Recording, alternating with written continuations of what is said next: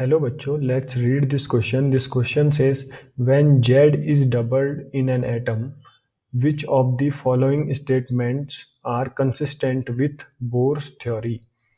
तो हमें इस क्वेश्चन में पूछा है, अगर किसी एटम का जो एटॉमिक नंबर Z है वो उसको हम डबल कर दें तो कौन सा जो स्टेटमेंट है वो कंसिस्टेंट होगा बोर की थ्योरी के साथ। तो इस क्वेश्चन का जो की कॉन्सेप्ट है वो है बोर्स एटॉमिक मॉडल।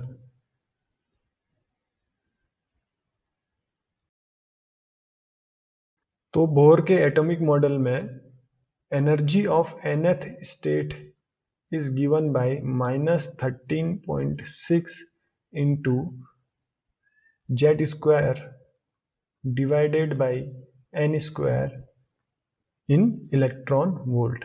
तो हमारी जो एनर्जी होती है बोर एटॉमिक मॉडल में nth स्टेट की, वो हमारी जो है ये फॉर्मूला जो है उसका है इक्वेशन नंबर 1।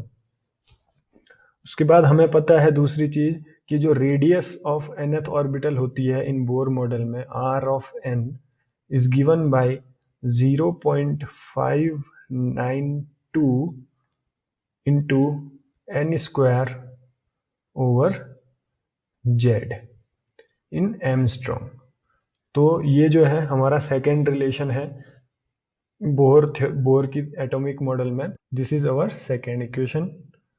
तो सिमिलरली जो हमारा velocity of electron in the nth orbit of an atom is given by 2.18 into 10 raised to the power 6 into Z upon N metre पर सेकेंड। तो ये हमारा वेलोसिटी का एक्सप्रेशन होता है बोर एटॉमिक मॉडल में। तो this is our third equation. तो इस क्वेश्चन में हमें क्या दिया है, when z is doubled in an atom which of the following statement are consistent with Bohr's theory. तो सपोज अब हमने जो है अपने z को डबल कर दिया, तो हमारा जो नया z है वो है z prime is equal to 2z। तो अब z जो है हमारा नया हो गया z prime is equal to 2 times z।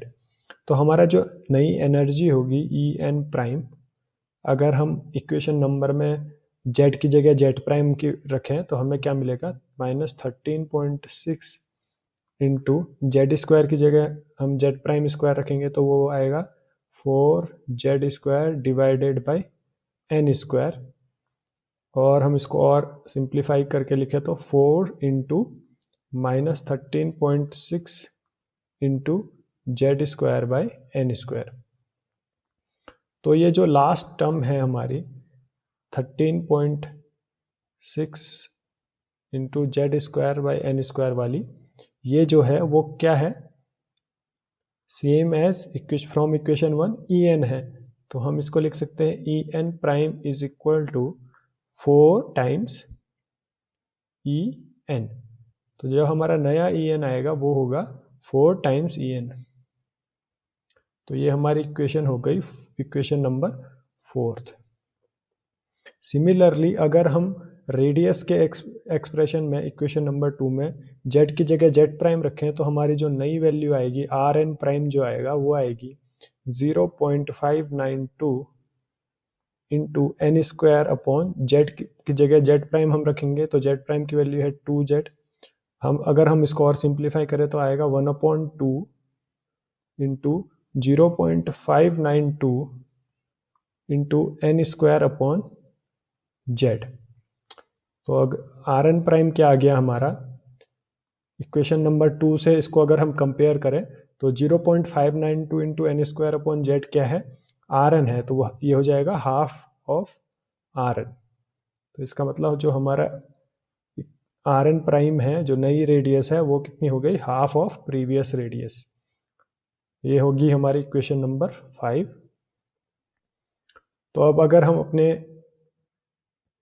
Velocity के एक्सप्रेशन को देखें तो अगर हमारी जो नई वेलोसिटी आएगी वी एन प्राइम वो क्या होनी चाहिए, अगर हम जेड की जगह जेड प्राइम रखें तो ये होगी 2.18 into 10 raise to the power 6 into z prime की वैल्यू क्या है 2z divided by n which will be equal to, अगर हम बाहर ले लें तो हमें मिलेगा 2 into 2.18 into 10⁻6 into z by n.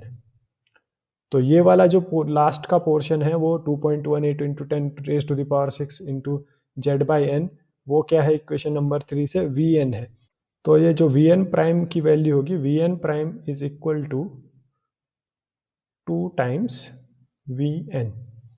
तो हमारी जो वेलोसिटी है वो डबल हो गई है अगर हम जेड को डबल करते हैं। तो ये हो गया हमारा इक्वेशन नंबर 6। अब हम अपने ऑप्शन की तरफ देखें तो हमारे ऑप्शन नंबर ए कह रहा है energy of A state is double. अगर हम जेड को डबल करते हैं तो energy of the state is double. But equation number 4 कह रहा है कि अगर हम जेड को डबल करते हैं तो वो 4 टाइम्स हो जाती है, ना कि डबल होती है। ऑप्शन जो ए है वो हमारा रॉन्ग है। अब आते हैं हम ऑप्शन बी की तरफ, radius of N orbit is doubled. तो जब radius of N orbit is doubled कह रहा है जब हम जेड को डबल करें तो, लेकिन हमारा जो इक्वेशन 5 कह रहा है वो कह रहा है रेडियस इज हाफ। तो जब रेडियस जो होगी वो हाफ हो जाएगी अगर हम डबल करेंगे जेड को। तो हमारा जो ऑप्शन बी है वो भी गलत है। अब ऑप्शन सी की तरफ हम देखते हैं तो velocity of an electron in n orbit is double.